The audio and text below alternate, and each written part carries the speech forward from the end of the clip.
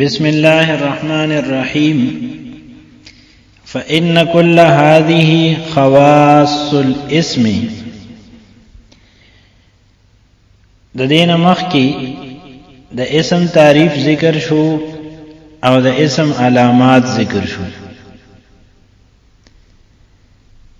اس مصنف رحمت اللہ علیہ فرمائی فإن كل هذه یقینا دا تمام علامات د اسم کم چې ذکر شو خواص الاسم دا خواص دی د اسم.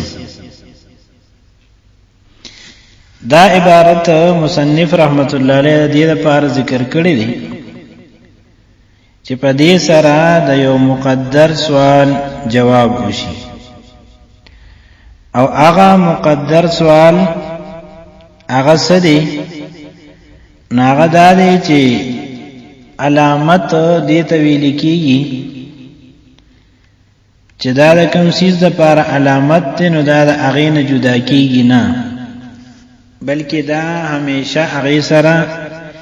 یو ځای او پیوستی. او مونږ چې نظر وکړو نو بعضې اسمونه داسې دي چې په هغې باندې تنوین نه راځي، همدغه شان لام تعریف په هغې باندې نه داخلېږي، لکه ضمایر دی او اسماء اشاره دی. نو ضمایرم اسماء دی، اسماء اشاره دام په اسم کې راځي، لیکن په دې باندې تنوین او لام تعریف نه داخليږي. نو دا علامات د اسم څنګه شول؟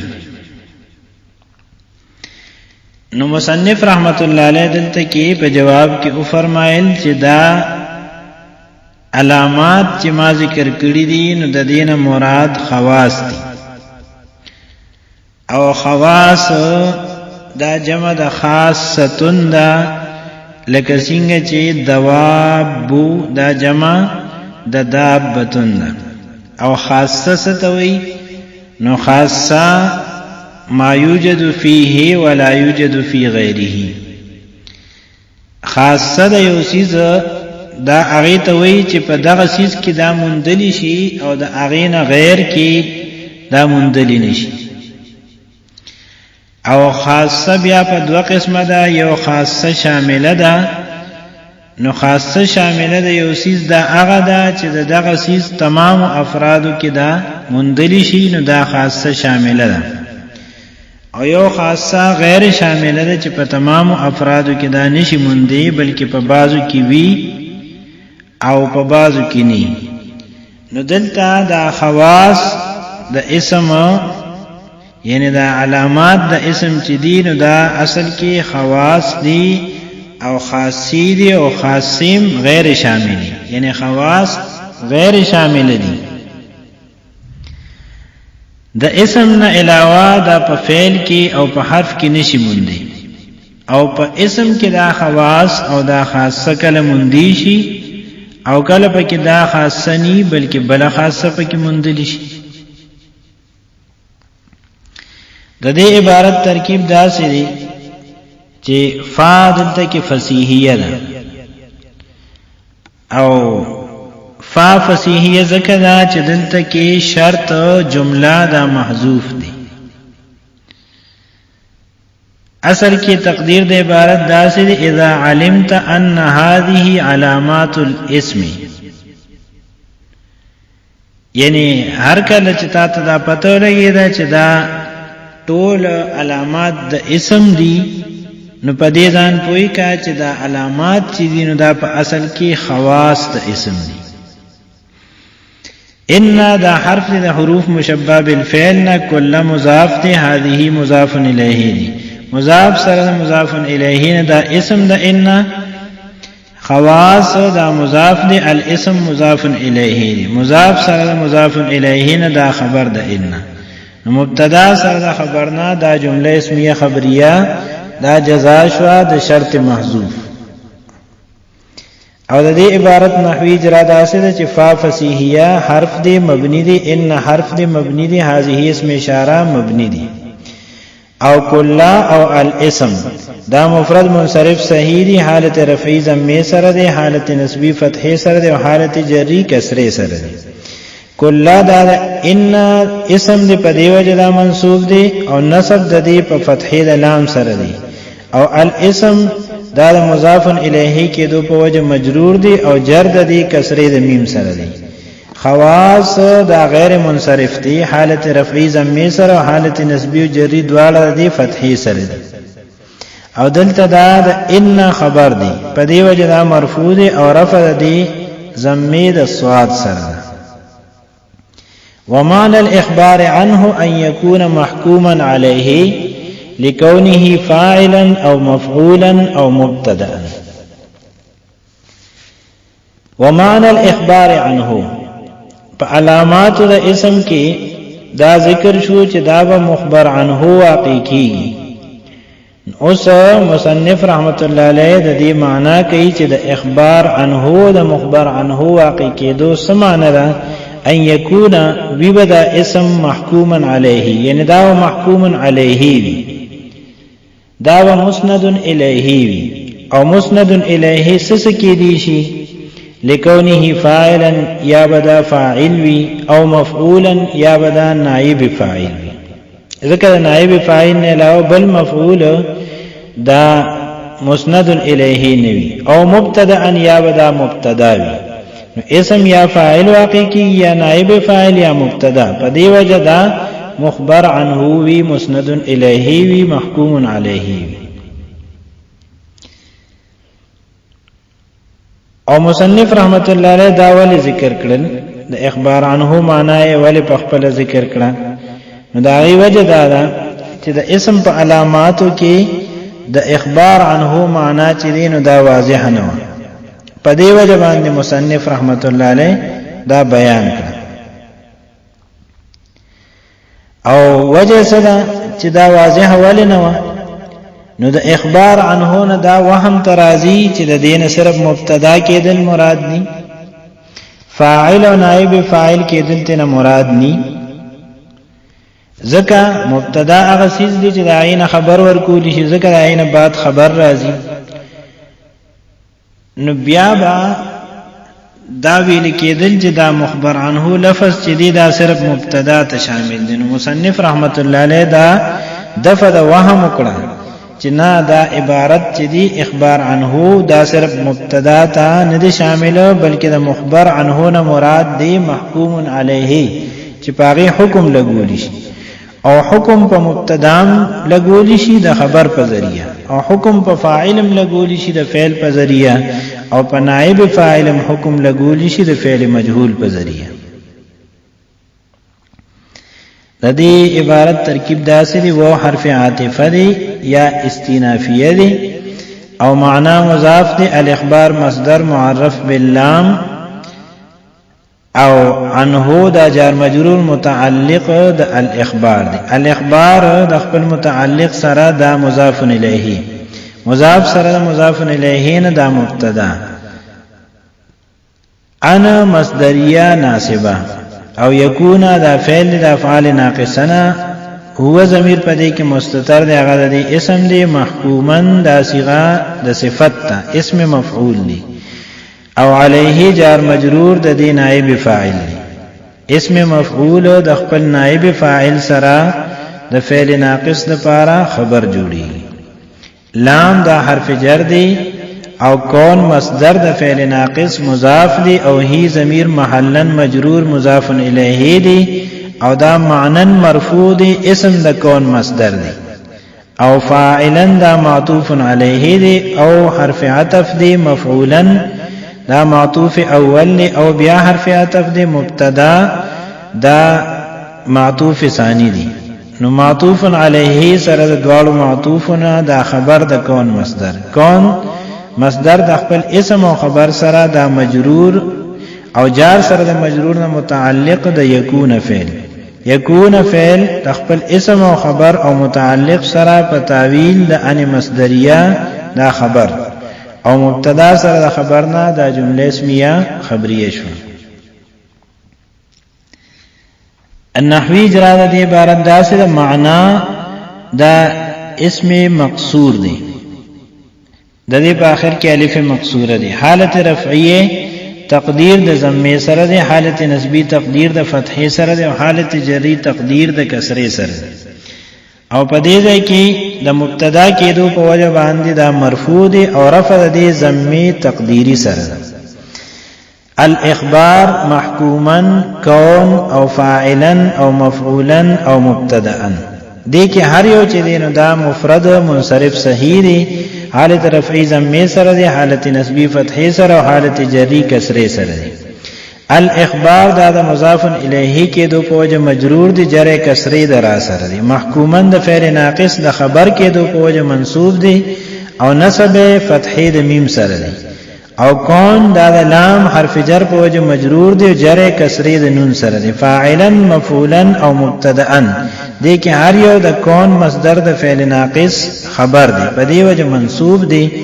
او نسب د دې فتحې د لام سره او حمزه سره دی. عن حرف دی مبنی دی او هو ضمیر دا مبنی دی، او ان حرف ناصب دی مبنی دی، او علا حرف جر دی مبنی دی، او حرف عطف دا مبنی دی. یکون دا فعل مضارع مفرد صحیح غیر مخاطبه دی، فعل مضارع مفرد صحیح غیر مخاطبه د دې حالت رفعی ضمه سره، حالت نسبی فتحې سره او حالت جزمیه سکون د لام کلمې سره. او دلته دا د ان مصدریه ناسبه په وجه باندې دا منصوب د فعل مضارع او نصب د دې هغه فتحې د نون سره دی. ويسمى اسما لسموه على قسيميه لا لكونه باسما على المعنى. ويسمى اسما او د اسم ته نوم ورکول شي اسم لسموه، ځکه چې دا اوچت دی او عالی دی، علی قسیمه په خپل دواړو قسیمانو باندې،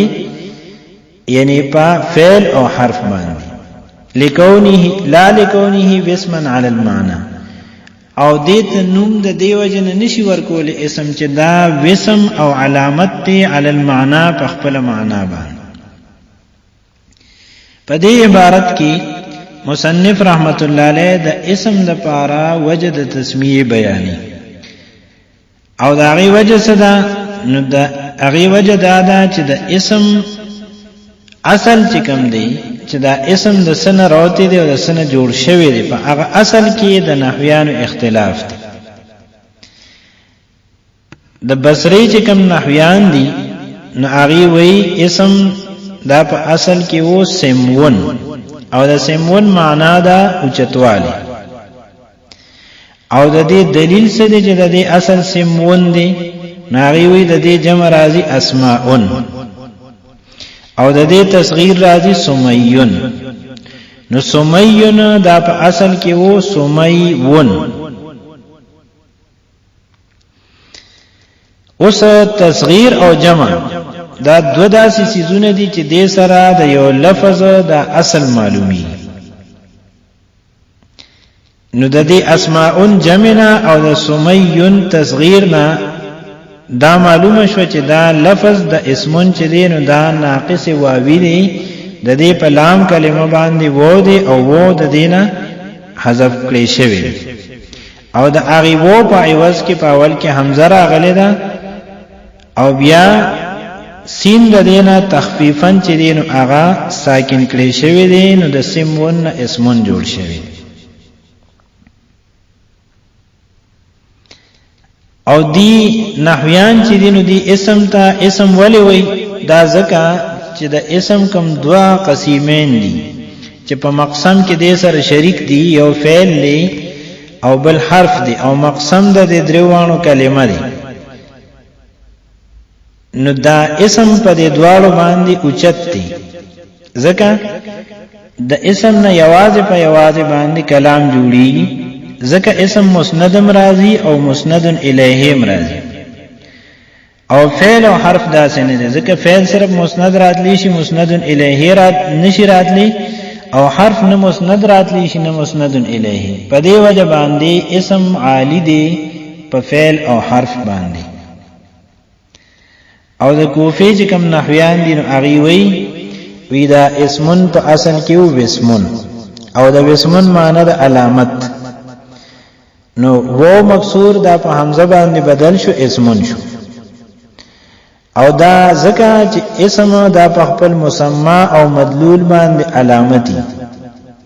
په دې وجه باندې اسم ته نحویانو د وسمن نه جوړ شوی اسم دا د اسم د پاره اسم وګرځو